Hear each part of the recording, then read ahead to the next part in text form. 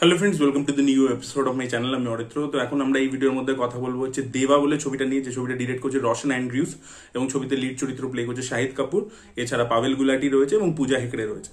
তো দেখুন, ছবিটার মধ্যে দুটো জিনিস এক্সট্রা অর্ডিনারি, ঠিক আছে? দুটো ডিপার্টমেন্টের কাজ দুর্দান্ত হয়েছে। সবচেয়ে প্রথম হচ্ছে পারফরমেন্স, যেটা সবচেয়ে ট্যাঞ্জেবল একটা পোর্শন হয় ছবির। তো এই ছবির মধ্যে শাহিদ কাপুর কিন্তু অসাধারণ একটা পারফরমেন্স দিয়েছে। শাহিদ কাপুর এই ধরনের চরিত্র না, যার মধ্যে একটা ম্যাডনেস কোথাও গিয়ে কাজ করছে, সেইটা কিন্তু খুব দারুণভাবে ডেলিভার করতে পারে। সেটা হেদারের মতো ছবি হোক, সেটা উড়তা পাঞ্জাবের মতো ছবি হোক, সেটা কবির সিং এর মতো ছবি হোক, সে বারবার প্রুফ করে দেখিয়ে দিয়েছে। তো এই যে একটা র ব্যাপার, এনার্জি যেটা নিয়ে আসে শাহিদ নিজের পারফরমেন্সের মধ্যে, সেটা খুব ভালো লাগে। এবং এইটা তো একটা শেড যেটা আপনারা টিজার ট্রেলারে দেখতে পেয়েছিলেন, ক্যারেক্টারটা আরেকটা শেডও রয়েছে এখানে।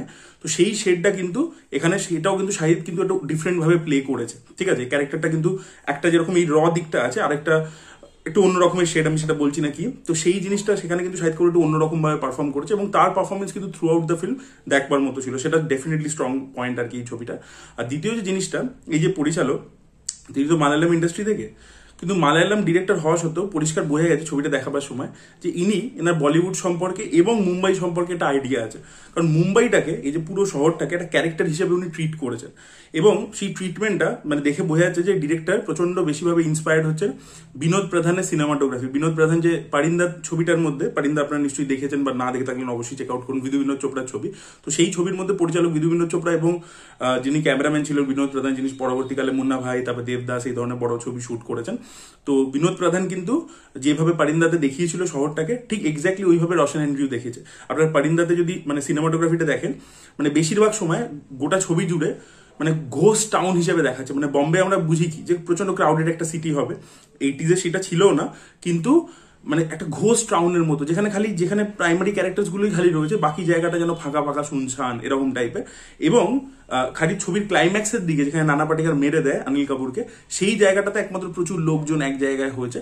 তো এই ছবিটাতেও কিছু কি মোমেন্টস একমাত্র আমরা দেখতে পাচ্ছি যে লোকজন প্রচুর গ্যাদার হয়েছে। বাকি সময় কিন্তু ছবিটাকে একটা মানে মুম্বাইটাকে একটা ক্যারেক্টার হিসেবে তো ট্রিট করা হয়েছে এবং একটা ঘোস্ট টাউন হিসেবে ট্রিট করা হয়েছে। তবে লাইটিং স্কিম অনুযায়ী একটু ডিফারেন্ট ব্যাপারটা। বিনোদ প্রধান ওখানে একটু ওয়ার্মিশ টোন ইউজ করেছিল, এখানে রোশন অ্যান্ড্রিউস একটু মানে ব্যাপারটাকে আর কি, তার সিনেমাটোগ্রাফার একটু কুল টোনের মধ্যে দেখিয়েছে। তো সেই জিনিসটা কিন্তু খুব ভালো হয়েছে, ডিস্টিংটিভ একটা লুক রয়েছে। এবং তার সাথে আমি কেন বলছিলাম যে ডিরেক্টরের মুম্বাই সম্পর্কে একটা আন্ডারস্ট্যান্ডিং আছে, মারাঠি যে মানে কালচার, সেটা কিন্তু ছবিটার মধ্যে খুব সুন্দর করে উঠে আসে, সেটা ল্যাঙ্গুয়েজের মধ্যে হোক, এবং সেটা খুব সুন্দর করে দেখিয়েছে। এবং মুম্বাই পুলিশ যেভাবে অপারেট করে, সেগুলোকে যেভাবে ডিটেলিং এর সাথে দেখিয়েছে, সেগুলো কিন্তু বেশ ভালো ছিল। এবার ওভারঅল যদি আমি ছবিটা নিয়ে কথা বলি, ছবিটা কিন্তু একটা বেশ ডিসেন্ট ফিল্ম হয়েছে, যেটা আপনাকে এঙ্গেজ করে রাখবে। কিন্তু এই ছবিটা কিন্তু মাস ফ্রেন্ডলি ছবি নয়, যেটা টিজার ট্রেলার আমাদেরকে প্রমিস করছিল, যেটা একটা অ্যাকশন প্যাকড ছবি হতে চলেছে, সেটা কিন্তু ছবিটা নয়। মানে টিজার আপনাদেরকে অন্য কিছু প্রমিস করছে, ছবিটা কিন্তু অতটা মাস ফ্রেন্ডলি ছবি না। ছবিটা রাদার হচ্ছে ইটস মোর অফ আ মানে slow burn atmospheric thriller kind of একটা ছবি, যেটা একটু নিজের সময় নেয়। ছবিটা রান টাইমও বেশ বড় এবং ধীরে ধীরে আনফোল্ড হতে হতে যায় ব্যাপারটা। তো এগুলো ছিল পজিটিভ। আপনারা চাইলে ছবিটা দেখতে পারেন যদি আপনারা অরিজিনাল মুম্বাই পুলিশ দেখেনি। এটা কিন্তু রিমেক ছবি, কিন্তু 90% রিমেক, বাকি 10%-এ কিছু টুইকিংস করা হয়েছে, কিছু ক্যারেক্টার নতুন আনা হয়েছে, কিছু চেঞ্জেস করা হয়েছে। এই যে মেন যে প্রাইমারি প্রোটাগনিস্টের যে ক্যারেক্টারাইজেশন, সেটার মধ্যে যেরকম কিছু পরিবর্তন আছে, ফাইনাল টুইস্টের মধ্যে কিছু টুইকিংস করা হয়েছে। তো কিছু পরিবর্তন করা হয়েছে, বাট মোস্টলি স্ক্রিন প্লেটা কিন্তু মানে মুম্বাই পুলিশের যে স্ক্রিন প্লে ছিল সেটাকেই ফলো করে। যদি আপনারা অরিজিনাল ছবিটা না দেখে থাকেন, তাহলে এই ডিপার্টমেন্টের জন্য, এবং যেহেতু মানে ন্যারেটিভটা যথেষ্ট এঙ্গেজিং আছে এবং আনফোল্ডিং একটা ব্যাপার আছে, কন্টিনিউয়াসলি একটা আনফোল্ডিং ব্যাপার আছে, তাই জন্য আপনাকে এঙ্গেজ করে রাখবে, আপনার ডিসেন্ট একটা ছবি মনে হবে। এবার যদি আমি ছবিটা নেগেটিভ সাইডে চলে আসি, দেখুন প্রথম কথা হচ্ছে এই যে একটা অরিজিনাল ছবি আছে, ঠিক আছে, বা সেই ছবিটাকে আপনি রিমেক করছেন, কিভাবে করতে পারেন? এক হচ্ছে আপনি জাস্ট আইডিয়াটাকে নিন, পুরো স্ক্রিন প্লেটাকে নতুন করে লিখুন। আরেকটা হতে পারে আপনি ফ্রেম বাই ফ্রেম রিমেক করে দিন, দুটোর একটা হয়। আর প্রথম যেটা আমি বললাম যে আইডিয়াটা নিয়ে পুরো স্ক্রিন প্লেটা নতুন করে লিখুন, ওটাকে মোস্টলি অ্যাডাপ্টেশন বলা হয়ে থাকে। কিন্তু ধরুন আপনি কি করছেন যে আপনি মূল ছবিটার যে স্ক্রিন প্লে আছে বা সেটাকে নিয়ে নিলেন, 90% স্ক্রিন প্লেটা এক নিয়ে নিলেন এবং কিছু কিছু জায়গায় টুইকিংস করতে করতে গেলেন, যাতে ছবিটাটা নতুন রকমের মনে হয়। এবং যে টুইস্টটা আছে না, যে টুইস্টটা মুম্বাই পুলিশে ছিল 2013 সালে, সেই টুইস্টটা আজকের দিনে কিন্তু অতটা রেলিভেন্ট নয়, ঠিক আছে? ওই টুইস্টের ব্যাপারটা, এই ছবিটা যদি অনেক আগে হতো, রোশন অ্যান্ড্রিউ ছবিটাকে 8 বছর ধরে বানাবার চেষ্টা করছিল হিন্দিতে, কিন্তু হিন্দিতে যেভাবে স্টুডিও অপারেট করে, যতক্ষণ একটা স্টার হ্যাঁ বলছে না, ততক্ষণ ছবিটা অনবোর্ড হয় না, গ্রিন লিট হয় না। তো সেই জন্য সময় লেগেছে। এর মাঝে কিন্তু এই মুম্বাই পুলিশ কিন্তু অলরেডি তেলেগুতে রিমেক হয়ে গেছে, দ্য হান্ট বলে, সুধীর বাবু ছিল তাতে, সেই ছবিটাও ফ্লপ করেছে। প্রথম কথা হচ্ছে এই ছবির যে ট্রিটমেন্ট, এটা হিন্দি অডিয়েন্সের জন্য খুব একটা সুটেবল নয়, ঠিক? এই এতটা স্লো বা ন্যারেটিভ নয়, প্রথম কথা হিন্দি অডিয়েন্স দেখতে পারবেন। এবং দ্বিতীয় কথা হচ্ছে মার্কেটিং করা হয়েছে ভুলভাবে, যে একটা অ্যাকশন ছবি প্রমিস করা হয়েছে, দর্শক দর্শক ভাবে অ্যাড্রিনালিন রাশ কিছু অ্যাকশন ফিল্ম দেখতে যাবো, কিন্তু গিয়ে দেখছে একটা কোথাও থ্রিলার, একটা স্লো বার্ন থ্রিলার, সেটা কোথাও গিয়ে লোকে ডাইজেস্ট করতে পারবে না।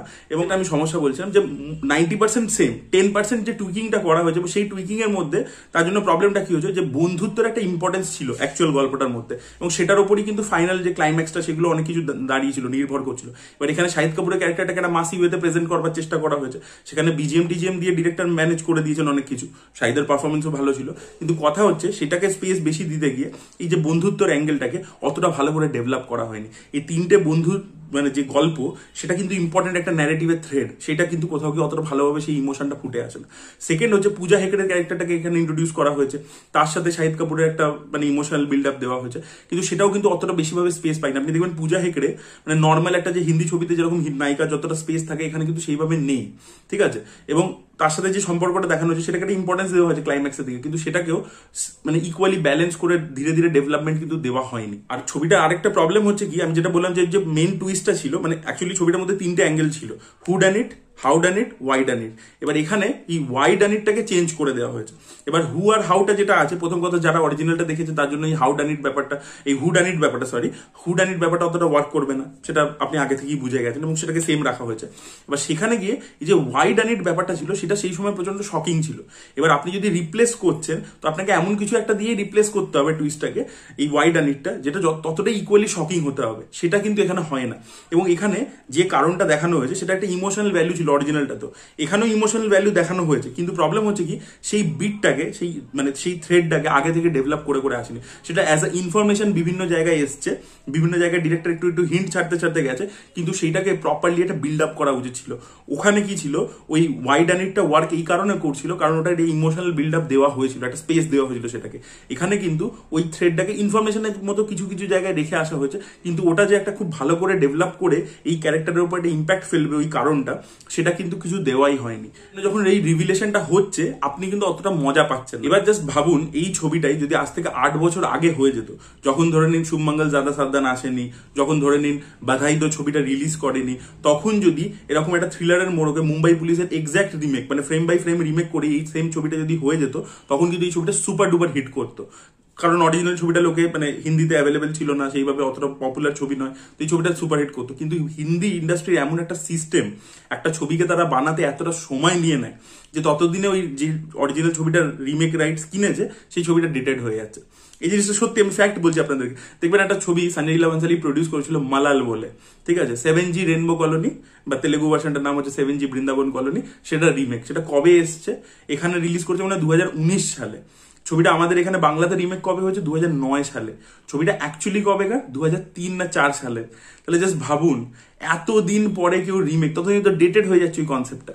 তো সেম জিনিসটা goes for this film also. দেবা এই যে ছবিটা যদি আজ থেকে 8 বছর আগেই বানিয়ে দিতে পারতো রোশন অ্যান্ড্রিউ, এই ছবিটা সুপার ডুপার হিট হয়ে যেত হিন্দিতেও, কিন্তু কারণ তখন ওই ব্যাপারটা মানে খুব শকিং হতো। কিন্তু এখন এই শক ভ্যালুটা চলে গেছে, ঠিক আছে। এবং আমার মনে হয় না ডিরেক্টর একটু হিন্দি অডিয়েন্সকে মাথায় রেখে মানে স্ক্রিন প্লেটার মধ্যে একটু টুইকিংস করা উচিত ছিল। এটা সব ধরনের অডিয়েন্স কিন্তু মানে স্পেশালি মাস ফ্রেন্ডলি নয় একেবারে স্ক্রিন প্লেটা আর কি। আর তবু আমি বলবো একটু আধটু টুইকিংস করে একটু সিম্পলিফাই করা হয়েছে ওখানে আর কি। মুম্বাই পুলিশে আরো বেশি ন্যারেটিভটা একটু কমপ্লিকেটেড ছিল, মানে ও যেরকম করে করে ইনভেস্টিগেট করতে করতে যাচ্ছে সেই অনুযায়ী বিটস গুলো জানতে পারছে। এখানে কিন্তু সেইভাবে নয়, এখানে চাঙ্ক ফ্ল্যাশব্যাকই দেখানো হয়েছে একবারে।